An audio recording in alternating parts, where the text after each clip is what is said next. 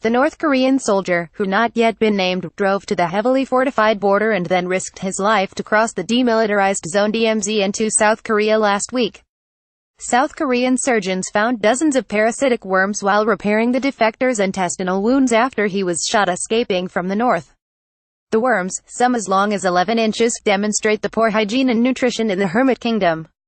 Dr. Lee Cookjong, a lead surgeon, said, "In my 20 years as a surgeon, I have only seen something like this in a medical textbook. We have found dozens of Y-grown parasitic worms in his damaged intestines. It was a serious parasitic infection." Getty North Korean soldier found riddled with worms Monday, October 23, 2017. A female soldier on duty in high heels at a news briefing. Dr. Lee showed photographs showing dozens of parasites removed from the soldier's stomach following a series of life-saving operations.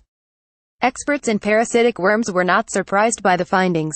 They said that they were in line with the isolated and impoverished conditions in the north, adding that the parasites may be a sign that the dictator-run state is using human feces as fertilizer. The soldier was flown by helicopter to hospital after his escape to South Korea.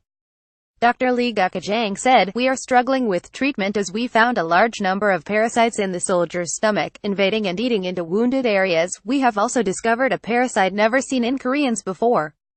It is making the situation worse and causing tremendous complications. It is widely believed the soldier contracted the disease before he attempted to escape," according to the Area Biomedical Review. Choi Min-ho, a professor at Seoul National University College of Medicine who specializes in parasites, said, "Although we do not have solid figures showing health conditions of North Korea, medical experts assume that parasite infection problems and serious health issues have been prevalent in the country." North Korean soldiers, especially those deployed near the border with South Korea, receive priority in food rationing. AP, "We have found dozens of parasitic worms. However, in addition to the parasitic worms, doctors found kernels of corn in his stomach." More than 30,000 North Koreans have fled to South Korea since a famine killed more than 1 million people in the north in the 1990s.